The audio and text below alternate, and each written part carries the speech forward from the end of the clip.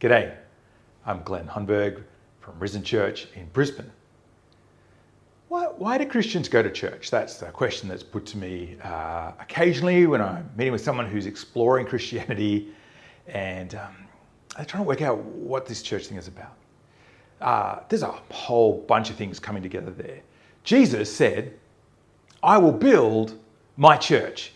When the Apostle Peter, or the disciple Peter, kind of finally worked out who Jesus was, and he goes, oh, Jesus, you're the Messiah. Jesus goes, yep, you're right, Peter, and I will build my church. And the gates of hell or Hades will not prevail against it. Jesus' great mission was to save a new people. And church is that gathering of that new people. The Bible says that Christians are gathered spiritually around God, already in heaven when you become a Christian, amazingly. But then a church, an earthly gathering, represents that spiritual reality. And it represents the fact that we're not individuals of God or individuals who follow Jesus, but Jesus says, I'll build my church, my people together. And so Christians gather Sunday by Sunday and during the week to reflect that they're a new people of God. They gather to grow in following Jesus and encourage each other and equip each other. Now, you might say, well, hang on, can you be a Christian and not go to church? Yes, you can be, but you can see that if Jesus' goal was to build his church, that was God's plan in eternity, you're out of step with Jesus at that point. But secondly, I think about soccer or football or rugby league.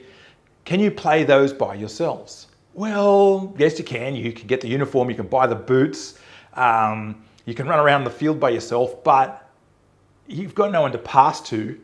You've got no one to receive the ball from. You've got, you're not really going to last very long, are you? How are you going to turn up every Saturday morning at 10 a.m. and run around on the field by 90 minutes kicking the ball? It's just not going to happen. And after a while, I reckon you'll give up pretty darn quickly. Well, that's what happens to people who call themselves Christian and think, I don't need to go to church. Either they stop being Christian or their Christian life just becomes anemic. It's hard to sustain it. So you just hard to grow. And in fact, the Bible challenges. It actually commands. It says in Hebrews 10:24, do not give up meeting together. I can't quite remember if that's a command. I think it is. So actually, for Christians to meet together in church, if that's right, it's commanded. To ignore that is to go against the command of God. But you might want to check that out for yourself. But that's why Christians meet. That reflects being the new people of God.